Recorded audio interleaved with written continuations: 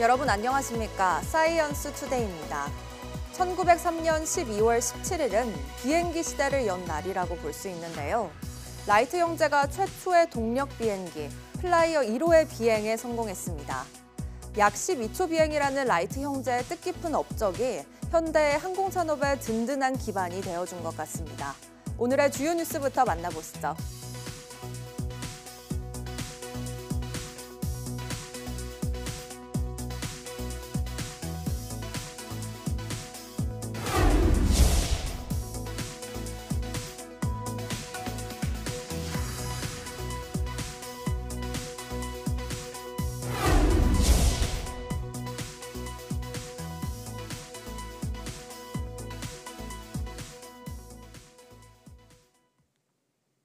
공장과 발전소 등 산업 현장에서 매년 크고 작은 사고가 끊이지 않고 있습니다.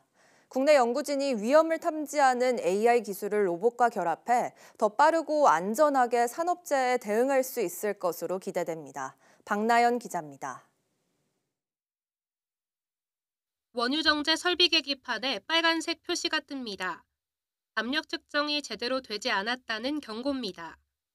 안전 순찰 로봇이 자체 카메라로 찍은 영상을 관제센터에 전달하자 기다란 팔이 달린 감독 순찰 로봇이 재빠르게 현장으로 출동합니다. 국내 연구진이 개발한 다중 로봇 간 협업 기술입니다. 첫 번째 로봇이 촬영한 영상에 문제가 있다는 걸 AI 모듈이 판단하면 외부 조작 없이도 자동으로 두 번째 로봇을 보내 재촬영을 합니다. 이때 두 번째 로봇인 감독 순찰 로봇이 초근접 영상 촬영을 할 수 있는 이유는 긴 로봇 팔 덕분입니다.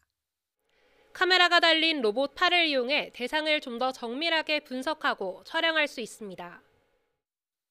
또 이상 상황 판단 AI 기술을 이용해 영상 속 근로자가 안전복장을 제대로 갖췄는지 확인하고 쓰러짐과 같은 이상 행동도 탐지할 수 있습니다. 현재 이 설비의 동작이 정상적인 것인가 아니면은 이상한 것인가, 위험 상황인가를 판단해서 직접 그 부분을 그 이동형 로봇이 가서 촬영을 하고 바로 알려주는 그런 기술이 되겠습니다. 연구진은 그동안 정유공장, 석유화학 발전소 등 유해물질이 많은 시설을 사람이 직접 점검해야 해 사고 위험이 크다는 문제에 주목했습니다. 게다가 기존 산업 현장 로봇은 촬영만 하거나 팔만 움직이는 등 수행 역할이 구분돼 있어서 통합 관리도 어려웠습니다. 어떤 파이프는 기체가 혹은 액체가 혹은 유해물질이 새기도 하고 어떤 그 게이지들은 사람들이 일상적으로 점검해야 됩니다. 저희는 이제 그런 것들을 다양한 로봇을 사용해서 다양한 임무에 좀 적용해보자라고 하는 것이 저희의 개발 목표였습니다. 연구진은 개발한 로봇 기술로 온도, 압력, 수위 등 산업 설비에 대한 정상 작동 여부도 확인할 수 있어 앞으로 안전관리 자동화가 가능해질 것으로 기대했습니다. 내년에는 울산 정유공장에서 추가 실증을 거쳐 시설 보안업체, 모니터링 기업 등으로의 기술 이전과 상용화에 나선다는 계획입니다. YTN 사이언스 박나연입니다. 국내 연구진이 축산분뇨 유기질 비료 제조 시설에서 발생하는 악취를 해결할 수 있는 나노 세정 시스템을 개발했습니다. 한국건설기술연구원 환경연구본부는 비료 제조 시설에서 배출되는 미세먼지와 암모니아를 효율적으로 줄일 수 있는 나노 기반의 세정 시스템을 개발했다고 밝혔습니다. 연구진은 이번 기술의 암모니아 제거율이 기존보다 최대 60% 이상 나아졌고 세정수 교체 주기도 38일 이상 늘어났다고 설명했습니다. 연구진은 세정 폐수 처리와 약품비에서 연간 1억 원의 유지관리 비용을 줄일 수 있다며 향후 하수 처리장 등 다양한 산업 분야에서 적용할 수 있을 것으로 기대했습니다. 전국의 모든 지역 아동센터가 1급 발암물질인 성면의 조사 의무시설로 지정됩니다. 환경부는 오늘 이 같은 내용의 성면안전관리법 시행령 개정안이 국무회의에서 의결돼 공포일로부터 1년 뒤에 시행된다고 밝혔습니다.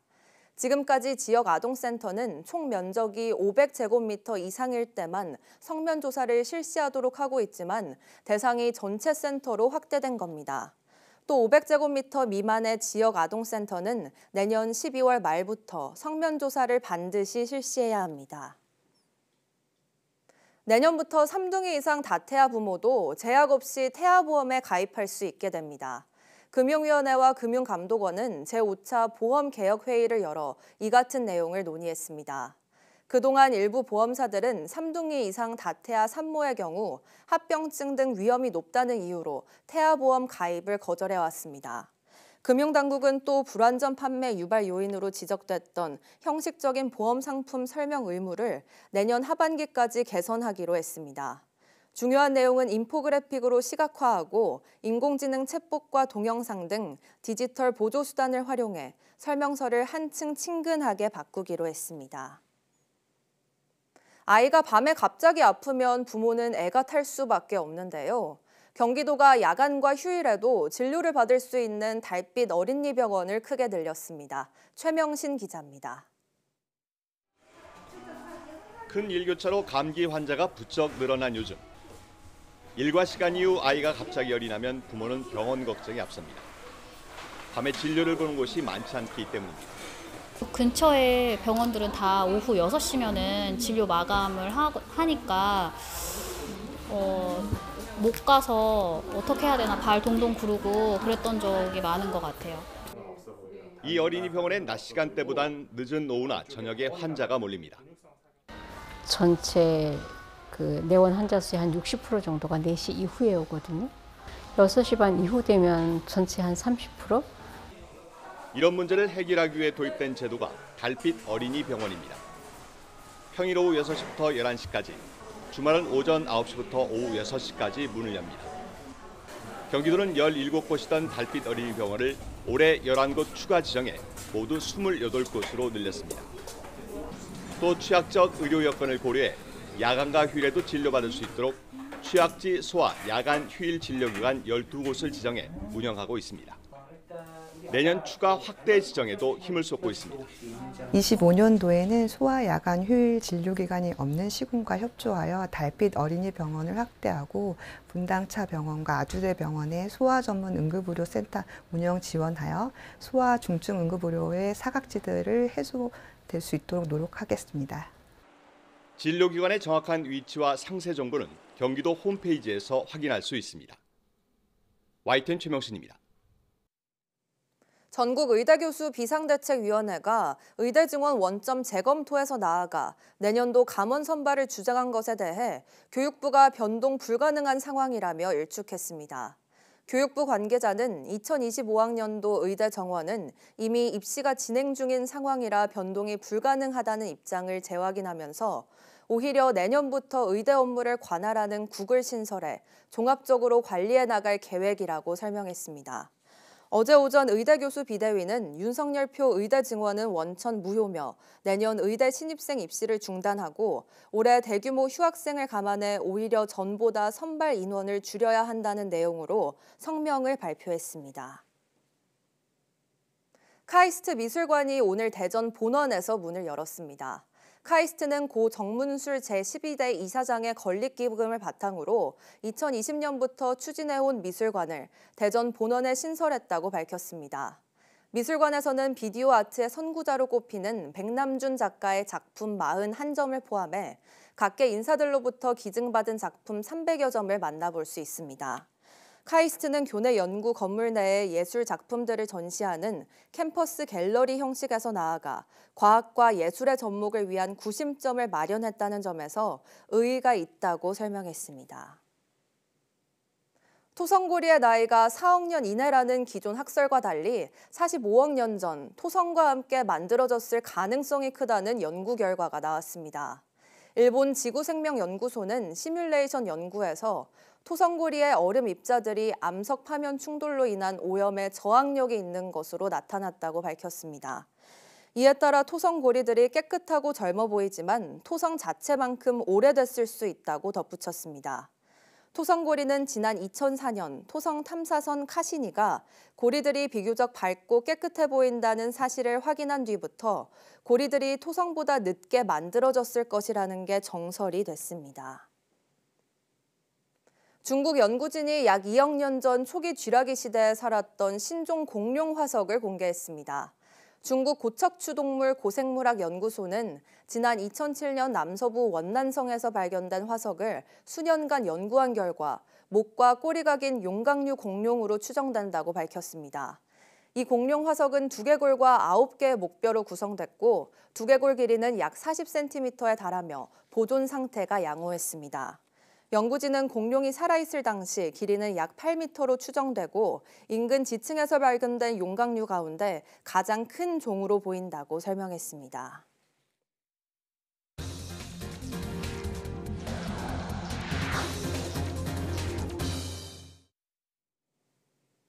동해심의 대왕고래 유망 구조에 실제 가스와 석유가 묻혀 있는지 확인할 시추선 웨스트 카펠라호가 부산항을 출발해 작업 해역에 도착했습니다. 웨스트 카펠라호는 현장 해역에서 작업 준비를 마치고 이르면 오는 19일 첫 탐사 시추를 위한 굴착 작업을 시작할 예정입니다. 산업부와 석유공사는 드릴 작업을 통해 시료를 확보하는 데에만 2달 정도 걸릴 것으로 보고 있습니다. 이후 분석 등을 거쳐 내년 상반기에 첫 탐사 시추 결과를 내놓을 계획입니다. 다만 대통령 탄핵 정국 속에 이번 1차 시추에서 뚜렷한 가능성이 보이지 않으면 추가 사업 동력이 약해질 것이란 전망도 나옵니다. 8년 만에 다시 탄핵 정국을 맞닥뜨리면서 연말 송년회 등 모임 예약이 줄줄이 취소되고 있습니다. 자영업자들의 시름이 깊어지는 가운데 가뜩이나 어려운 내수 시장에 먹구름이 짙어지는 분위기입니다. 황보혜경 기자입니다. 관공서와 공공기관들이 밀집한 서울 중구의 삼겹살집입니다. 지난 3일 비상계엄 선포 이후 단체 예약 취소 건이 눈에 띄게 늘었습니다. 10대건 정도 됩니다. 한 4, 50명, 6, 70명 단위로 회사 사정으로 이렇게 됐습니다. 아니면 시국이 좀 안 좋아서 저희가 취소했습니다. 서울 여의도 식당가도 사정은 마찬가지입니다. 집회 인파가 몰리며 카페나 편의점 등의 매출은 올랐지만 저녁 장사를 주로 하는 식당들은 직격탄을 맞았습니다. 다음 날부터 예약 취소건이 조금 생기기 시작해서 현재 지금 12월에 좀 많이 영업을 해야 되는 이 시즌에 조금 취소건이 생겨서 실제 지난주 자영업자 500명을 조사해봤더니 절반가량이 단체 예약 취소 등의 피해를 봤다고 응답했습니다. 문제는 연말 특수가 사라지는 건 물론이고 경기가 얼어붙는 현상이 길어질 수 있다는 점입니다. 실제로 지난 2016년 박근혜 전 대통령 탄핵 국면 당시 소비자 심리지수는 5달 동안 앞으로 더 나빠질 것을 의미하는 100 아래로 떨어졌습니다. 여기에 도널드 트럼프 전 대통령 당선으로 불확실성이 커지면서 지난달 향후 경기 전망 지수가 1년 중 최저치를 기록한 상황에서 전국 불안 여파로 내수가 더 위축될 수 있다는 우려가 커지고 있습니다. 최상목 경제부총리는 탄핵안 가결 뒤 열린 첫 긴급 경제관계 장관회의에서 소상공인에 힘을 보태달라는 메시지를 내놨습니다. 당초 계획했던 모임과 행사를 진행하여 어려움을 겪는 소상공인들을 응원해 주시기를 부탁드립니다. 고물가로 가뜩이나 침체한 경기 속에 연말 특수마저 빼앗긴 자영업자들은 찬바람이 언제까지 이어질지 노심초사하고 있습니다. YTN 황보혜경입니다. 미국 정부는 윤 대통령 탄핵안 가결로 한국의 민주적 회복력을 확인했다고 거듭 평가했습니다. 특히 한미동맹은 대통령이 아닌 두 나라 국민 간에 이뤄진 거라며 윤 대통령 탄핵에도 동맹 관계는 차질이 없을 거라고 강조했습니다. 워싱턴 권준기 특파원입니다. 미국 국무부 브리핑에서는 윤석열 대통령 탄핵으로 한미동맹에 차질이 없을지 질문이 나왔습니다. 매슈 밀러 대변인은 한미동맹은 대통령 간이 아닌 양국 정부와 국민 간에 맺어진 거라며 미국의 한국에 대한 공약은 변함이 없다고 밝혔습니다. That alliance is not just an alliance between presidents, it is an alliance between governments and an alliance between peoples. And our commitment to that alliance remains ironclad. 탄핵 소추안이 국회에서 가결된 것과 관련해서는 민주적 회복력을 확인했다고 말했습니다. 어렵게 일군 한국의 민주주의를 지켜냈다며 헌법적 절차의 평화적 이행으로 평가했습니다. Democratic resilience that was hard won several decades ago, and we've seen them follow peacefully a process that was laid out by the Republic of Korea's constitution. 또 앞서 바이든 대통령과 한덕수 권한대행이 전화 통화를 한 데 이어 미국 국무부도 권한대행과 계속 협력할 준비가 돼 있다고 밝혔습니다. 유엔도 정례 브리핑에서 한국에서 헌법적 절차가 진행되는 걸 확인했다며 탄핵 사태를 평가했습니다. 그러면서 대한민국의 헌법 제도가 가진 힘에 대해 의심하지 않는다고 강조했습니다. 워싱턴에서 YTN 권중기입니다. 트럼프 당선인이 관세가 미국을 부유하게 할 것이라며 공약대로 관세 정책을 시행하겠다고 강조했습니다. 관세 폭탄으로 물가가 오를 것이란 예상이 나오자 미국 소비자들이 사재기에 나섰습니다. 뉴욕에서 이승윤 특파원입니다. 트럼프 당선인은 대선 공약대로 관세를 부과하면 인플레이션이 우려되지 않느냐는 질문에 관세가 미국을 부유하게 할 것이라고 강조했습니다. Tariffs will make our country rich. Properly used. And we have all the cards. 관세 폭탄이 현실화할 거라는 예측에 미국 소비자들은 물건 사재기에 나서고 있습니다. 크레딧카드.com 설문조사에서 응답자의 3분의 1은 관세 부과로 물가 상승이 우려돼 물건을 더 많이 산다고 답했습니다. 미시건대의 소비자 설문조사 결과 내년에 물가 인상을 예상한 응답자는 25%로 한 달 전에 10%를 넘어 사상 최고치를 기록했습니다. What do you want to buy in advance to the inflation? Basically, like furniture, domestic stuff, so I can get a little bit of discount before the increase gets in. Clothes, for example, here is like nice in New York shopping. I would prefer an economy which is more open and less protected. 지난해 미국은 3조 8천억 달러 규모를 수입한 세계 최대의 수입국인 만큼 관세 부과가 미칠 경제적 파장이 상당할 전망입니다. 전문가들은 물가 인상에 대비하기 위한 사재기가 공급 부족을 불러와서 실제로 관세 폭탄이 터지기 전에 물가 인상을 유발할 수 있다고 우려하고 있습니다. 뉴욕에서 YTN 이승윤입니다. 최근 미국이 한국산 고대역폭 메모리와 반도체 장비에 대한 대중 수출 통제 조치를 취한 가운데 정부가 업계와 함께 대응 방안을 모색했습니다. 산업통상자원부는 반도체 장비 업계와 설명회를 열고 미국의 반도체 수출 통제 강화 조치의 배경과 경과를 설명했습니다. 이 자리에 참석한 국내 기업들은 자사 품목의 미국 수출 통제 대상 여부와 수출 허가 신청 절차 등을 문의한 것으로 전해졌습니다. 산업부는 국내 기업이 원활히 대응할 수 있도록 안내서를 배포하고 무역안보관리원과 한국반도체산업협회를 통해 상담 서비스를 제공하고 있다며 적극적으로 활용해달라고 당부했습니다. 미국 바이든 행정부가 자동차와 가전제품 등에 사용되는 중국산 레거시 반도체, 이른바 범용 반도체를 대상으로 불공정 무역 행위에 대한 조사에 들어갈 것이라고 뉴욕타임스가 보도했습니다. 워싱턴 DC에 있는 무역 관련 협회는 바이든 행정부가 중국산 범용 반도체에 대해 통상법 301조에 따라 조사하기로 했다고 전했습니다.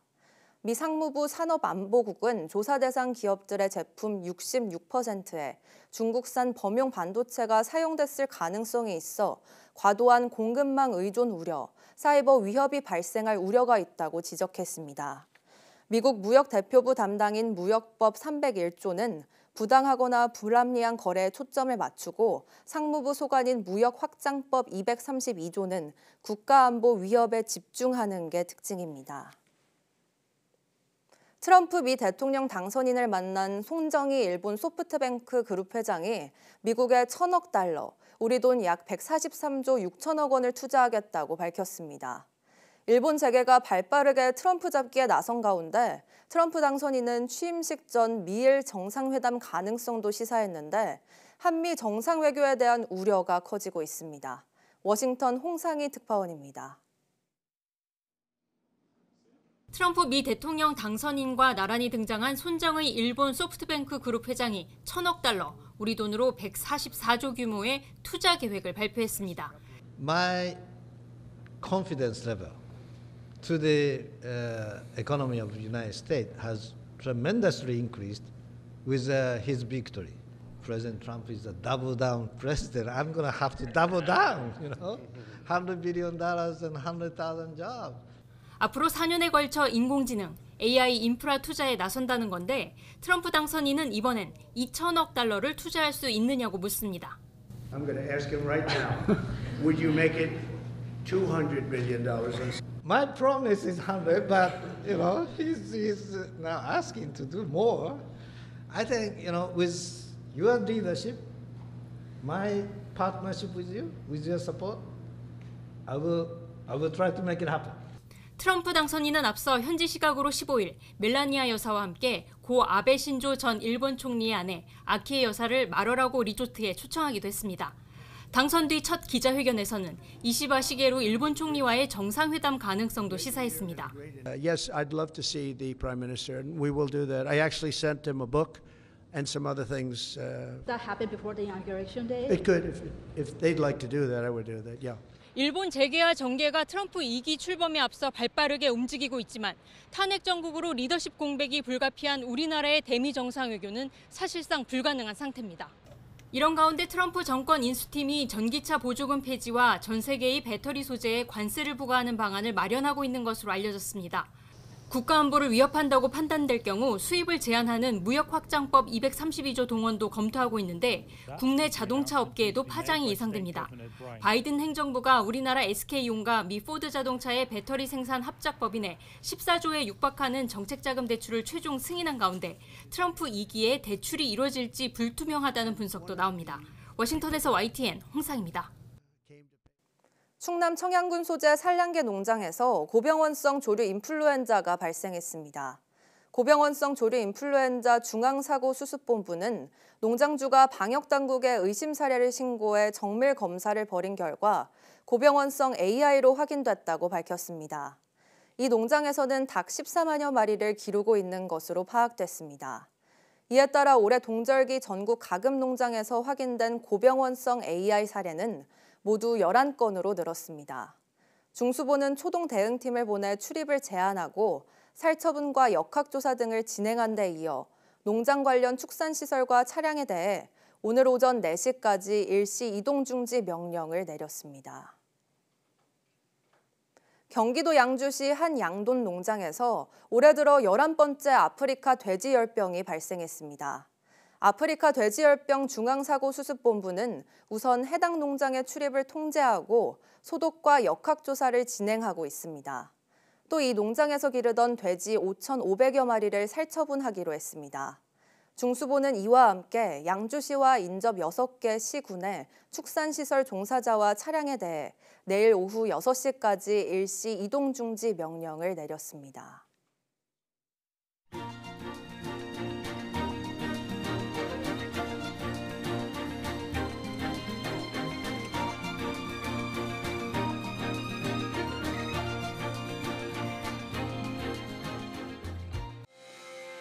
(12월 17일) 오전 사이언스 투데이 마칩니다.